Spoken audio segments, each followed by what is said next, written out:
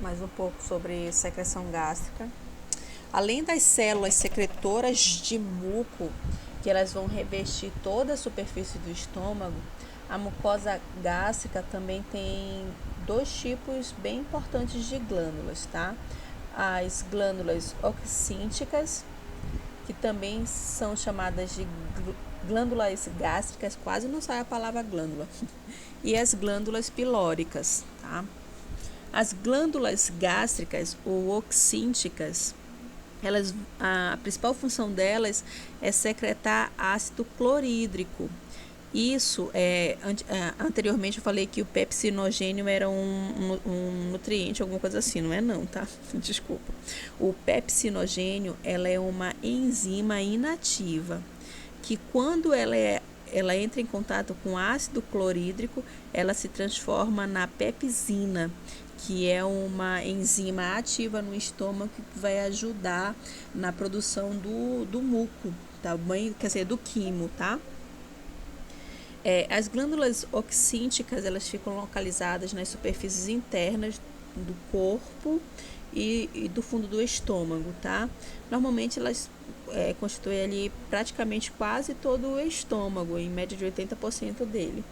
As glândulas pilóricas, elas já vão secretar principalmente o muco para proteger a mucosa pilórica, tá? Do ácido gástrico que contém no estômago. Também vão secretar o hormônio chamado gastrina.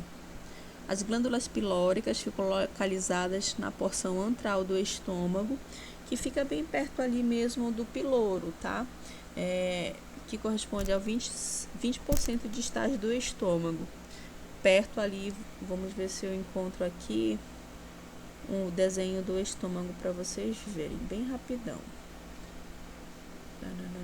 Tá aqui. Ó. Corpo, né? Fundo, o antro, esfíncter pilórico, a membrana pilórica, ela vai estar bem nessa área aqui, tá? O esfíncter pilórico é justamente para a saída do alimento digerido para ir para o duodeno, intestino delgado, intestino grosso, ok? Voltando aqui para as secreções. Aqui uma imagem só para a gente ver como é que seria, né, tanto a absorção quanto a liberação dessas secreções, desses mucos existentes, tá? Então aqui, ó, nesse epitélio cilíndrico simples, tá? E nessa célula de mucosa do colo, elas vão secretar muco. A célula principal, ela vai ser responsável por secretar o pepsinogênio, que é uma enzima inativa, e quando ela entra em contato com ácido clorídrico, ela vai ativar esse pepsinogênio, transformando na pepsina, que é uma enzima ativa mesmo do estômago, tá? A célula G aqui, essa parte mais final aqui dessa mucosa, vai secretar a gastrina, e que estimula a secreção de grandes quantidades de suco gástrico do estômago. E como é que ocorre a digestão e a absorção no alimento? A gente falou lá no início das aulas que estímulos visuais, olfativos e o nosso comportamento diante à comida, ao que a gente está vendo, vai iniciar o processo de digestão, porque vai se haver a necessidade de comer. Só que não começa só com a salivação na boca, com o sentir o cheiro, tá? Elas também, esses estímulos, eles vão provocar lá dentro do estômago a produção dessa enzima pepsinogênio, de ácido clorídrico e de muco, muito antes do alimento chegar ao estômago. Por quê?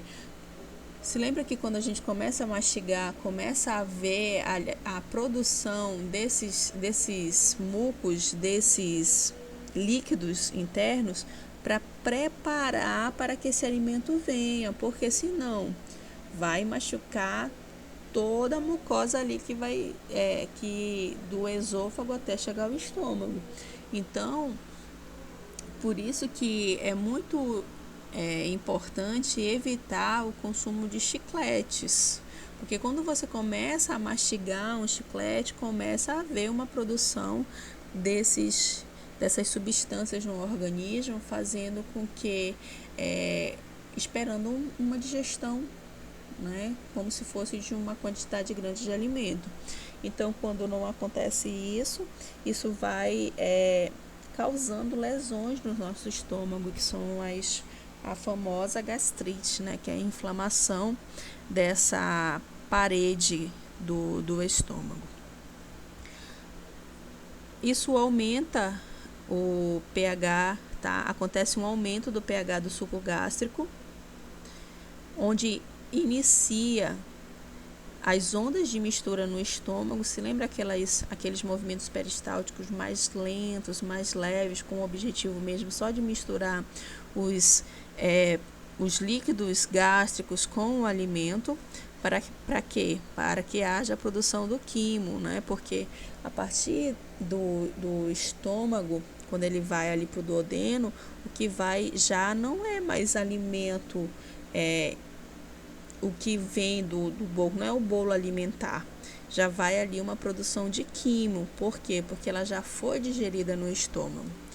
As ondas de mistura empurram o quimo pouco a pouco para o intestino delgado, para que haja o esvaziamento gástrico, tá?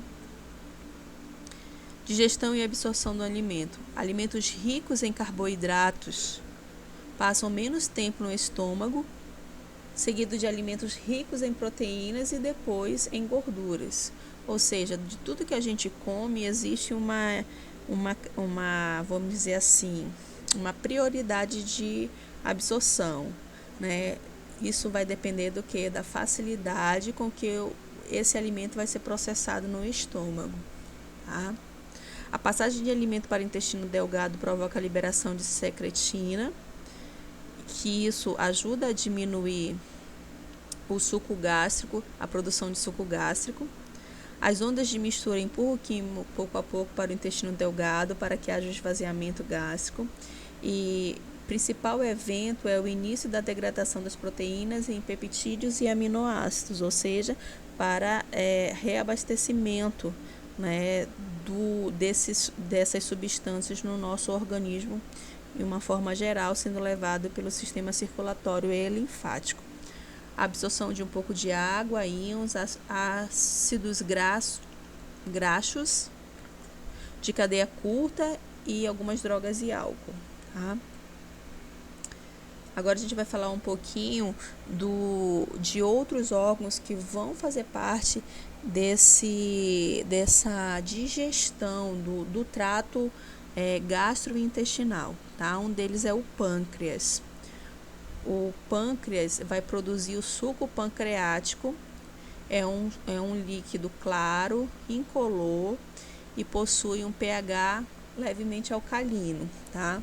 Ele contém algumas substâncias como aminalase pancreática, tripsina, quimotripsina, lipase pancreática, entre outros, né? São enzimas, são hormônios, são alguns ácidos, tá? Suas secreções entram no intestino delgado juntamente com as secreções hepáticas, tá? E a sua porção exócrina libera suco pancreáticos, que são líquidos e enzimas do sistema digestivo. Aí aqui uma imagem, né, do pâncreas e a sua importância, né, no sistema digestivo. Outro componente é o fígado e a vesícula biliar. Ele é composto de várias subunidades chamadas lóbulos hepáticos, tá? Que são hepatócitos dispostos ao redor de uma veia central. Ele produz a bile, que auxiliam na emulsificação de gordura. Os sais biliares, após agirem, são reabsorvidos no intestino delgado e retornam para o fígado. Ok?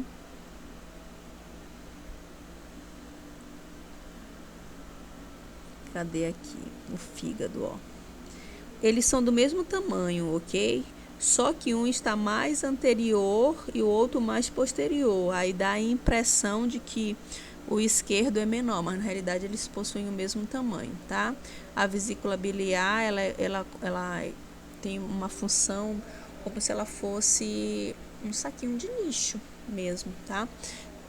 Tanto que ela vai acumulando ali certas sujeirinhas, certas coisas que não são absorvidas pelo nosso corpo de uma forma geral, aí ela recolhe lá. E, dependendo da situação, ela pode supurar e aí causa um estrago danado no corpo, né? E aí pode ser retirada, que não vai fazer falta nenhuma. Na realidade é assim, né? Algumas pessoas passam a consumir menos gorduras em decorrência disso, porque como não existe a vesícula ali para estar também fazendo esse acúmulo, então ela contribui também em alguma coisa, tá? Outra parte do trato gastrointestinal é o intestino delgado. Ele mede 2,5 centímetros de diâmetro e 3 metros de comprimento, tá? Ele vai ser dividido em duodeno, jejuno e íleo. Possui projeções chamadas de préguas circulares e a túnica mucosa é recoberta por vilosidades intestinais. Essas formas de absorção do sistema, eu não vou citar muito, deem uma lida, porque ela fala como é que as secreções, os nutrientes, as enzimas, elas podem ser absorvidas pelo nosso organismo. Ela se dá por vários tipos, tá bom? Então, deem uma olhadinha aqui para que vocês peguem só mais essa parte teórica. Aqui ainda é sobre isso. Então, a digestão no intestino delgado, ela vai ocorrer de forma mecânica e de forma química, ok? Assim também como a sua absorção no intestino, no mesmo órgão. Então, a glicose, um exemplo aqui, ó. A glicose, ela é absorvida no nosso organismo através de um transporte ativo, tá? Monossacarídeos, né, também vão ser absorvidos pela difusão facilitada.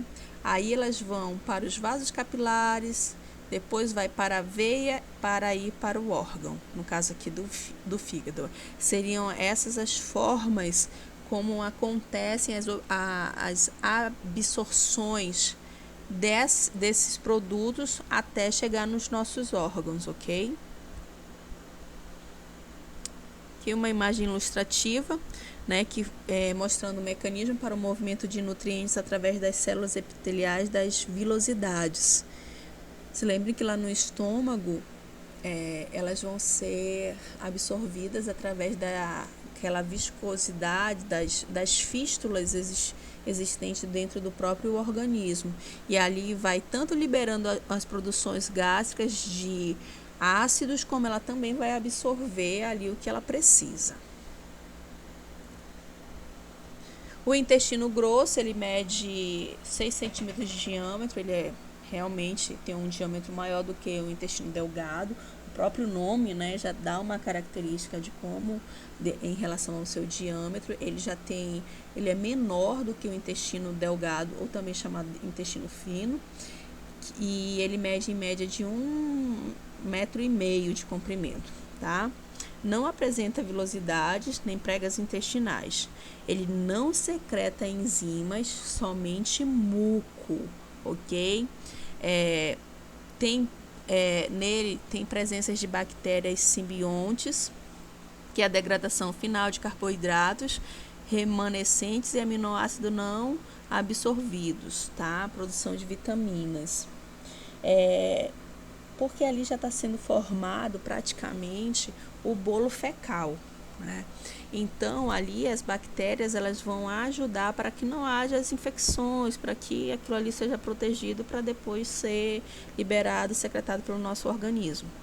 O intestino grosso ele absorve água, íons e vitaminas ainda que pode ali estar remanescente, pode ter passado batido, tá? Após absorver o que ainda pode ser absorvido de bom para o nosso organismo, o que resta realmente vai formar as fezes, né, o bolo fecal. A defecação ela é um processo voluntário que elimina os restos do alimento ingerido, ou seja, quando você se alimenta, vai acumulando ali aquele bolo, até em um determinado momento em que vai haver de forma voluntária a necessidade de evacuação. E aí, né, a gente vai defecar, ok? Aqui uma fotozinha só para finalizar do intestino grosso, né, como ele está ali colocado. Na realidade, ele faz meio que uma volta, né, por cima do intestino. Deixa eu mostrar mais aqui pra frente, como é que seria aqui, ó. Como se fosse por trás, né? Ele meio que passa por cima do intestino delgado, que é em maior quantidade. E aí ele vem por trás, finalizando ali para a retirada desse resto mesmo de substâncias que não são absorvíveis. Então aqui a gente finaliza, tá, o sistema digestório.